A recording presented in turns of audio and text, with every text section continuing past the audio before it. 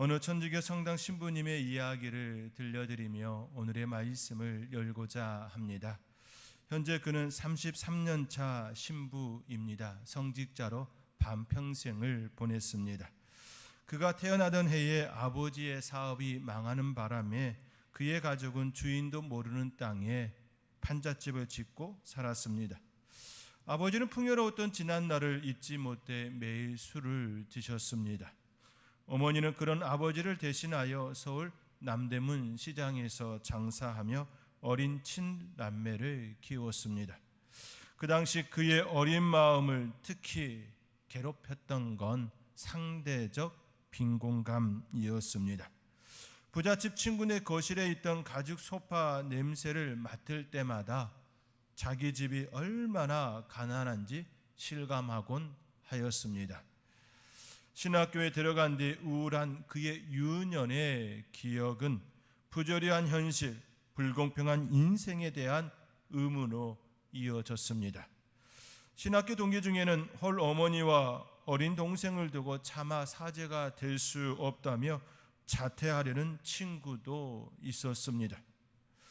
경제력은 물론 인품도 훌륭한 부모의 극진한 보살핌 아래 유학을 계획하는 친구도 있었습니다. 신학교는 작은 세상 안에서도 인간의 의지로는 도저히 극복할 수 없는 인생의 편차가 참 극명하였습니다. 그런 모습을 지켜보며 그의 머릿속엔 질문 하나가 떠올랐습니다. 세상은 왜 이렇게 불공평할까? 이런 현실을 두고 나는 과연 사람들에게 어떤 희망을 나눌 수 있을까? 이러한 의문에서 벗어난 건 신부가 되고서도 한참 지나서였습니다. 그는 신분상 그동안 잘 먹고 잘 사는 사람들보다는 마음 아프고 힘든 사람들을 많이 만나왔습니다. 병든 어머니 수발에 자금 대출까지 갚아야 하는 대학생, 중학교만 마치고 일용직으로 생계를 이어가는 가장, 시한부 자식을 둔 어머니, 이외에도 감당하기 벅찬 인생을 살아가는 사람들이 세상엔 너무 많았습니다. 그런데 그들 모두가 불행해하며 사는 건 아니었습니다. 절망의 늪에서 헤어나지 못하는 이가 대부분이었지만 절체절명의 위기 앞에서도 씩씩하게 오늘을 사는 이들도 적지 않았습니다. 그는 사제 생활을 10년 이상 지나고서야 그 차이가 어디서 비롯된 것인지 깨닫습니다. 위기 앞에 좌절하고 낭망하며 불행해하는 사람들은 자기 자신과 타인 세상을 어떻게 이길까 고민하며 그 생각에서 벗어나지 못했습니다. 그 생각에 사로잡혀 오히려 그 안에 갇힌 인생이었습니다. 그러한 그들은 주변 사람들에 대해 늘 분노했고 불공정한 세상을 받아들이지 못했습니다. 문제가 생길 때마다 세상 탓, 남 탓으로 돌리니 마음 편한 날도 그리 많지 않았습니다. 반면 현실과 상관없이 즐겁게 살아가는 사람들은 세상은 달라지지 않는다는 사실을 깨끗하게 인정하였습니다. 할 수 없지 뭐 어쩌겠어라며 오늘을 사는 데만 충실하였습니다.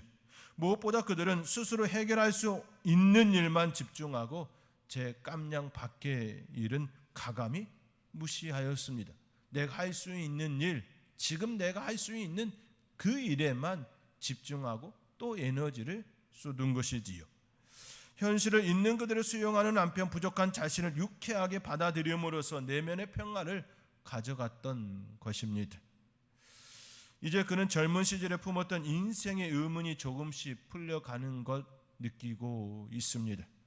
부조리한 세상에 왜라는 질문을 던지는 것 자체가 불행을 자초한 길임을 이제 그는 깨닫습니다.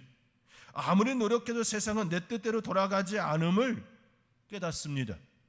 반면 그런 세상을 받아들이고 무엇을 할지 결정하는 자신의 마음만큼은 얼마든지 지킬 수 있음을 그는 깨닫습니다. 세상 탓, 남의 탓하며 자신의 삶의 주도권을 밖으로 돌리면 절망하고 분노가 일어나지만 계속해서 그 안에 갇혀 살고 있지만 시선을 자신에게 두고 자신의 마음을 쫓으면 아무라든 인생에 조금씩 햇살이 찾아오는 그 세상이 자기에게 임하는 것을 알았습니다. 사랑하는 성도 여러분, 세상은 나 하나의 몸짓으로 바뀌지 않습니다. 내가 부단히 몸부림친다고 한들 세상은 결코 나의 힘으로 변하지 않습니다. 그렇다고 그 세상에 눌려 자신을 절망으로 내모는 것은 더 어리석은 바보입니다. 세상이 어떤 모습을 가졌든지 간에 지금 내가 기쁨을 누리며 살 수 있는 길을 찾고 그 안에서 참된 소망을 누리며 사는 사람이 진정한 행복한 사람입니다.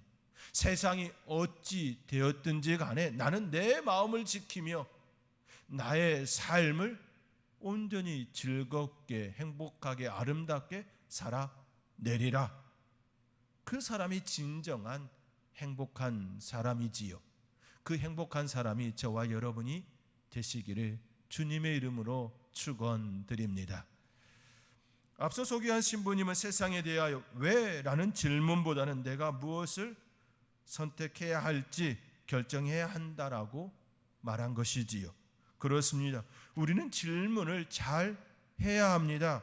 왜? 라는 질문과 무엇을? 이라는 질문을, 그리고 어떻게? 라는 질문도 마찬가지입니다. 우리는 질문을 잘 해야 합니다. 이러한 질문은 성경을 보고 받아들이는데도 마찬가지입니다. 성경을 볼 때에 우리는 우리의 안경은 어떻게 보다는 왜라는 질문으로, 왜라는 안경으로, 왜라는 시각으로 바라보아야 합니다. 예를 들면 이렇습니다. 창세기 1장 1절에 태초에 하나님이 천지를 창조하시니라, 이 말씀에 대하여 어떻게라는 질문을 던지면 태초에 하나님이 어떻게 천지를 창조하셨는가라는 질문으로 바뀝니다. 이러한 질문이 입에서 나오는 순간 하나님을 향한 도전으로 바뀌지요. 하나님의 일하심에 대하여 어떻게 할 수 있냐고 인간이 묻는다면 그건 초월적 존재에 대한 도전밖에 될 수 없습니다. 이러한 질문은 인간의 세계, 세상에서 통용되는 질문입니다. 이를 과학적 질문이라 일컫습니다. 과학은 끊임없이 어떻게 이런 일이 일어났는지 질문하며 실험이나 기타 방법을 통하여 검증하는 과정입니다. 그러한 과정을 통하여 새로운 것들이 발견되고 그것을 통하여 혜택을 누리기도 하고, 반면에 그만큼 엄청난 파괴와 공포를 경험하기도 하지요. 다시 한번 정리합니다. 우리는 성경, 하나님의 말씀을 대할 때에 우리의 자세는 어떻게라는 시각이 아닌, 어떻게라는 질문이 아닌 왜라는 질문으로 먼저 다가가야 합니다. 예수님께서는 풍랑이 있는 바다를 걸어 제자들이 있는 배에 다가갔습니다. 예수님의 제자들은 풍랑으로 인하여 매우 힘든 시간을 지금 보내고 있습니다. 그들에게 예수님은 다가갔습니다. 이 본문에 대하여 어떻게라는 질문을 던지면 우리는 답을 찾을 수가 없습니다. 왜냐하면 우리의 인간은 한계를 가지고 있기 때문입니다. 우리의 이성적 능력으로는, 우리가 가지고 있는 그 능력으로는 하나님의 아들 된 예수 그리스도의 그 무한성을, 그 한계를 뛰어넘는 그 초월성을 접근할 수가 없기 때문이지요. 왜냐하면 우리에게는 분명한 인간이라고 하는 한계를 가지고 있기 때문입니다. 물론 이러한 현상에 대하여 혹자는 자연에서 찾으려는 이들도 있습니다. 단적인 예로 뱀이 물 위로 스르르르 헤엄쳐 가는 것을 보신 적이 있었을 것입니다. 매우 큰 뱀도 물 위를 스르르 그렇게 헤엄쳐 가는 그 모습, 너무나도 신비한 광경 아닙니까? 그래 혹자는 이런 자연 현상을 통하여 예수님도 무리를 걸을 수 있겠다라고 접근하기도 하지요. 그러나 우리가 성경 본문에서 진정으로 보아야 할 것은 어떻게 그러한 일이 일어났는가가 아니라 왜 예수님께서 풍랑이 이는 그 파도치는 바다를 걸으셔야 했는가입니다. 왜 우리 예수님께서는 그 일을 행하셨는가입니다. 왜 예수님께서 바다를 걸으셨습니까? 계속해서 예수님과 함께 생활하고 있는 그의 제자들이 여러 이적을 보여주었음에도 불구하고 아직도 예수님에 대하여 하나님의 아들로 바라보지 못하고 있는 그 안타까운 마음, 그 안타까운 마음으로 또 하나의 기적을 그들에게 보이신 사건이지요. 바람과 바다를 잔잔케 하시는 하나님 아들이심을 그들에게 보이기 위함이지요. 또 하나의 이유는 풍랑이 있는 그 바다에 괴로워하는 그의 제자들을 구원하시기 위함이었습니다. 어떻게라는 시각으로 바라보면 답이 없습니다.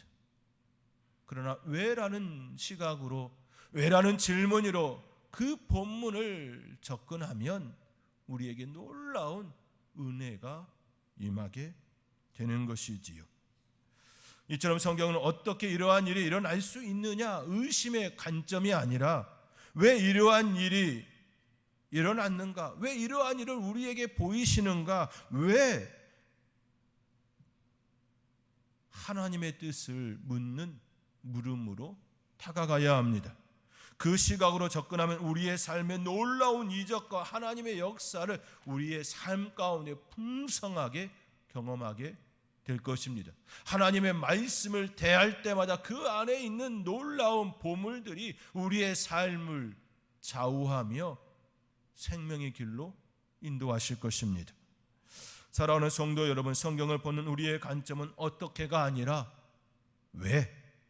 왜입니다. 왜 이를 우리에게 보이셨는가? 왜 예수님은 골고다를 오르셔야 했는가? 왜 예수님은 십자가를 짊으셔야 했는가? 왜 예수님은 십자가에서 죽으셔야 했는가? 그 이유를 깨닫는 순간 우리의 눈은 밝아지며 다른 삶을 살게 됩니다.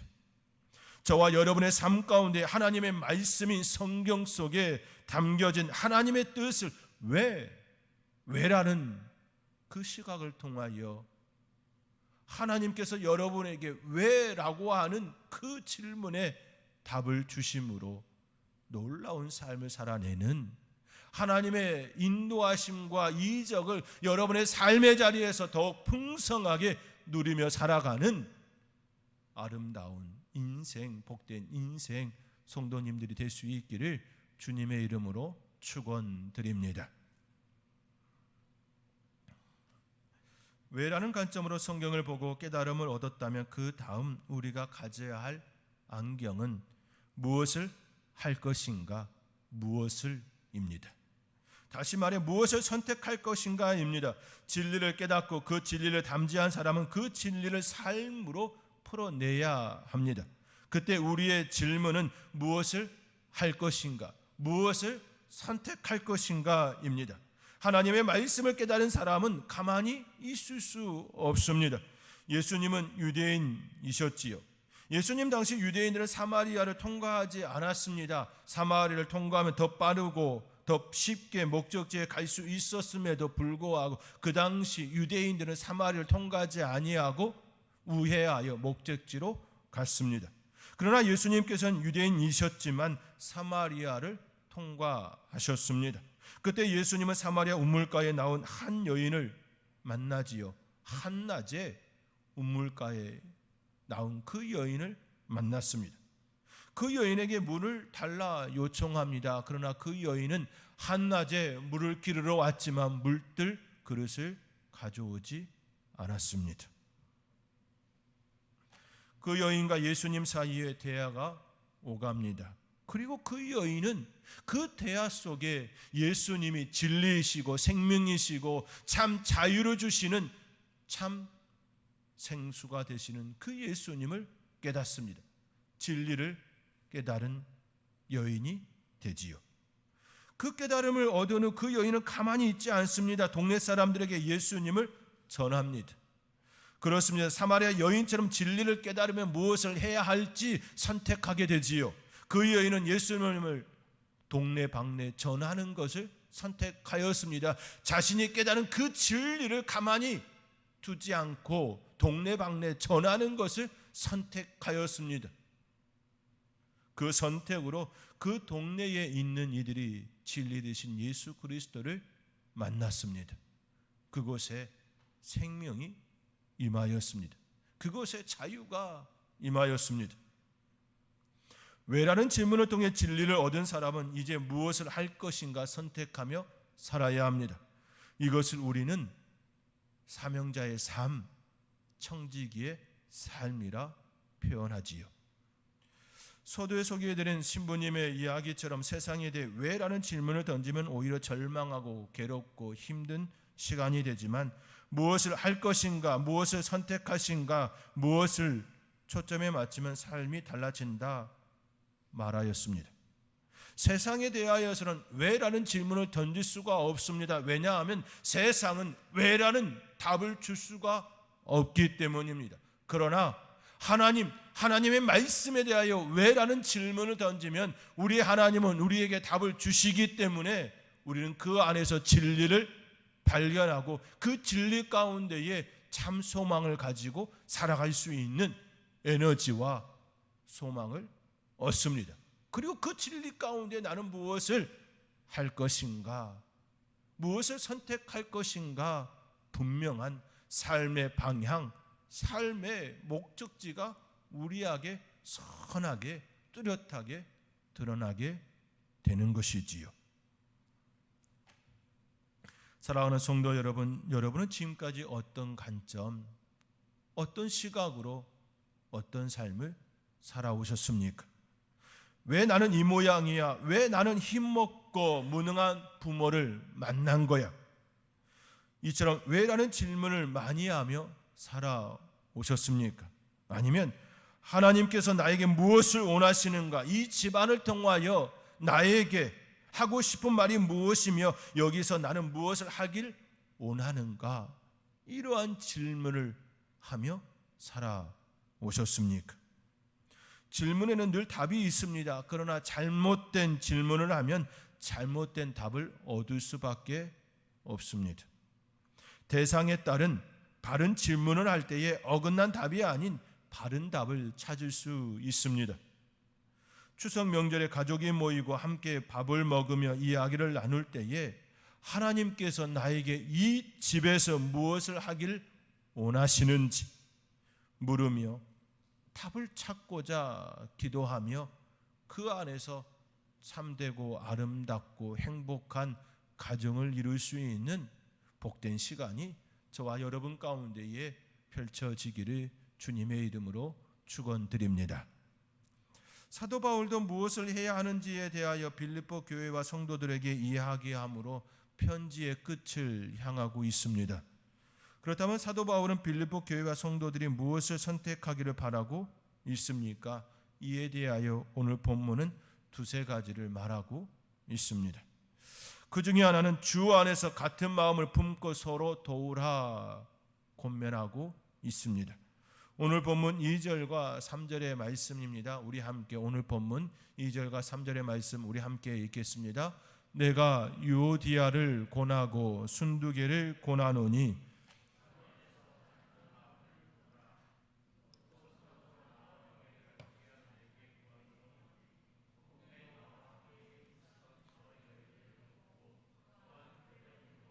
그 외에 나의 동역자들을 도우라. 그 이름들이 생명책에 있느니라.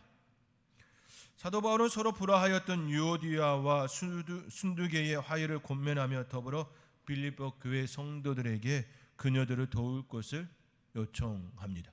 함께 더불어 잘 살아내야 한다라는 메시지이지요. 이 여인들은 바울이 마게도냐 지방의 첫 성인 빌립보 교회를 세울 때에 자주장사 누디아를 비롯하여 주도적인 역할을 하였던 것으로 보입니다. 당시 마게도냐인들은 자신들의 성을 모계로부터 받았습니다. 또한 부녀자들이 개인 재산을 소유할 수도 있었습니다. 우리나라하고는 좀 다른 구조였던 것이지요. 우리나라는 부계사회이고 모든 재산이 거의 가문의 이름으로 이어졌지요. 부녀자들이 개인 재산을 소유할 수 있었기 때문에 이러한 사회 배경 아래 이 두 여인은 교회 내에서 상당한 역할을 감당하고 있었던 것으로 짐작할 수 있습니다. 이처럼 이들은 빌립보 교회의 지도적 위치에 있는 여인들이었습니다. 그러나 바울이 본 서신에서 화해를 권면하고 있는 것으로 보아 이들의 빌립보 교회의 불화의 원인을 제공한 것으로 보입니다. 바울은 그 여인들에게 주 안에서 같은 마음을 품으라 권면합니다. 이는 성육신 하신 주님의 낮아지심을 본받아 자기보다 남을 낮게 여김으로 주 안에서 서로 하나 되어야 함을 일컫습니다. 하늘 보좌를 버리시고 이 땅에 내려오신 예수님처럼, 자기를 낮추신 예수님처럼 남을 나보다 더 낮게 여기며 서로 존중하며 배려하는 그 삶을 살아야 한다라고 예수님의 그 삶을 그들에게 접근하고 있습니다. 또한 바울이 그들을 권면함에 있어서도 편파적으로 어느 한쪽으로 치우침이 아니라 공정하게 서로를 대우하며 섬세하게 배려하였음을 오늘 본문의 말씀을 통하여 잠깐 엿볼 수 있습니다. 오늘 본문에 유오디아를 권하고 순두개를 권하노니라고 말씀되어 있습니다. 각각의 이름을 부르고 각각에게 권한다라고 동일한 단어를 사용하여 그들을 지금 권면하고 있지요. 어느 한편으로 치우침이 아니라 동등하게 그들을 지금 대우하고 있음을 오늘 본문의 말씀을 통하여 우리는 살짝 엿볼 수 있습니다. 더 나아가 바울은 그들만이 아닌 그들과 함께 빌립보 교회와 성도들이 협력한 그 구조를 이룰 수 있도록 성도들에게도 그들을 도우라 말씀하고 있습니다. 그렇죠. 바울은 그들만이 아닌 빌립보 교회와 성도들에게 그녀들을 돕고 또한 글레멘드와 그의 바울의 동력자들을 도우라 권면합니다. 그 이유는 그들의 이름이 생명책에 기록되어 있다 서술합니다. 이는 우리가 성도와 성도 간에 그리고 교회 지도자들을 왜 도와야 하는지에 대한 분명한 안내입니다. 우리가 왜 서로를 도와야 합니까? 우리가 왜 교회 지도자들을 따르고 그들의 지도를 받아야 합니까? 그들 모두가 다 생명책에 기록되어 있기 때문입니다. 하나님의 나라의 자녀들로 함께 하나님의 나라를 만들어가는 사람들이기 때문입니다. 함께 하나님의 나라를 위하여 그 완성을 위하여 협력하는 사람들이기에 서로가 서로를 도우며 그들의 지도를 받아야 한다라고 사도 바울은 그들에게 제시하고 있습니다. 사랑하는 성도 여러분, 사도 바울은 빌립보 교회와 성도들에게 주 안에서 같은 마음을 품고 서로 도우라 권면합니다. 이는 우리가 무엇을 선택하며 살아야 하는지에 대한 바울의 권면입니다. 그 권면은 빌립보 교회와 성도들에게만 해당되는 말씀이 아닙니다. 이 시대를 살아가는 우리에게도 동일하게 적용되어야 할 말씀, 권면입니다. 더 나아가 내가 속한 공동체에도 해당되는 말씀이지요. 나의 가정에서도 내가 속한 모든 삶의 자리에서도 늘 도우며 협력하며 서로를 배려하는 그 삶을 살아가야 하는 것이 마땅한 삶의 모습이지요. 진리를 품은 사람들은 나만 잘난 척, 나만 자랑하는 그런 구조가 아닌 서로를 배려하며 주의 마음으로 주 안에서 함께 살아가는 그 삶의 모습이 바로 가장 아름다운 삶의 모습입니다. 이 모습을 가지며 살아갈 수 있는, 이것을 선택하며 살아갈 수 있는 복된 성도님들이 다 될 수 있기를 주님의 이름으로 축복합니다. 사도 바울은 이어서 빌립보 교회와 성도들에게 주 안에서 항상 기뻐하라 말씀하며 하나님께 기도와 간구로 맡기는 삶을 선택할 것을 권면합니다. 오늘 본문 4절, 5절, 6절의 말씀입니다. 우리 함께 오늘 본문 4절, 5절, 6절의 말씀 우리 함께 읽겠습니다. 주 안에서 항상 기뻐하라. 내가 다시 말하노니 기뻐하라.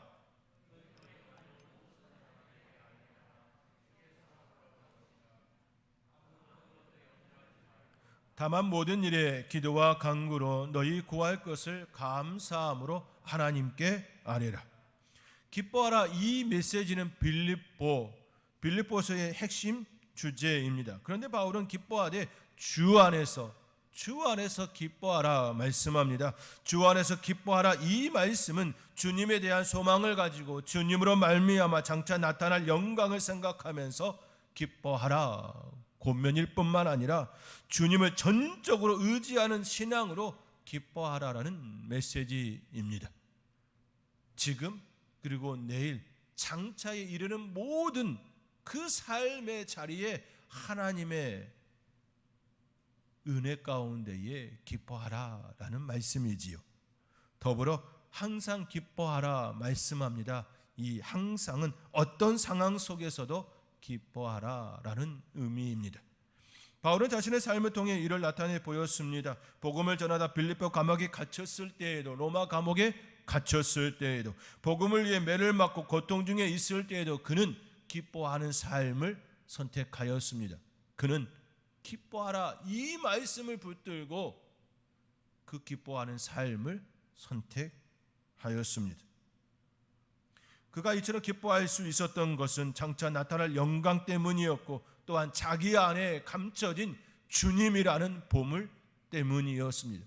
자기 안에 주님이 계시기에 기뻐하지 않을 수가 없었습니다. 그 안에서 항상 기뻐할 수 있는 이유가 그 안에서 계속해서 샘솟듯 일어난 것이지요. 지금도 기쁨이고 장차 받을 영광을 생각하니 또 그것 또한 기쁨이었던 것입니다. 하박국 선지자도 장차 조국이 바벨론에 의해 괴롭힘을 당할 것을 알면서도 기뻐하였습니다. 왜냐하면 그것조차도 하나님께서 가장 좋은 것으로 자기의 조국에게 허락하여 주실 것을 알았기 때문입니다. 그렇기에 하박국 선지자는 비록 무화과 나무가 무성하지 못하며 포도나무에 열매가 없으며 감람나무에 소출이 없으며 밭에 먹을 것이 없으며 우리의 양이 없으며 예양간에 소가 없을지라도 나는 여호와로 말미암아 즐거워하며 나의 구원의 하나님으로 말미암아 기뻐하리로다. 그는 고백할 수 있었던 것입니다.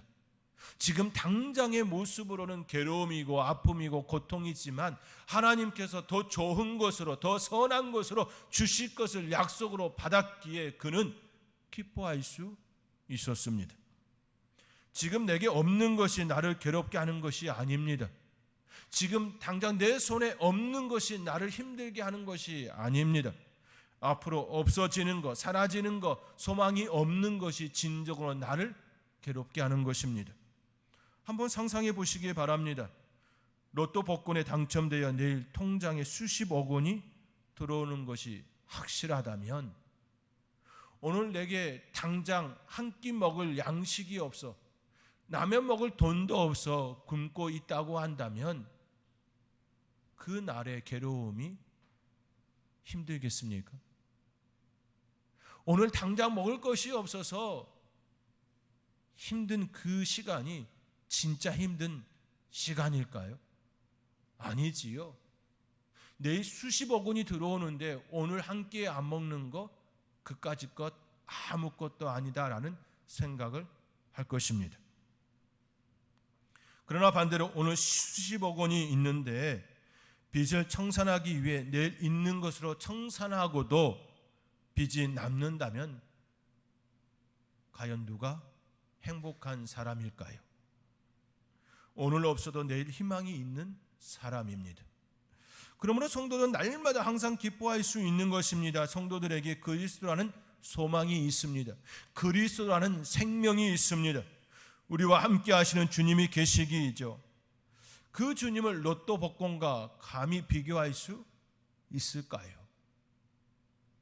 결코 그럴 수 없습니다.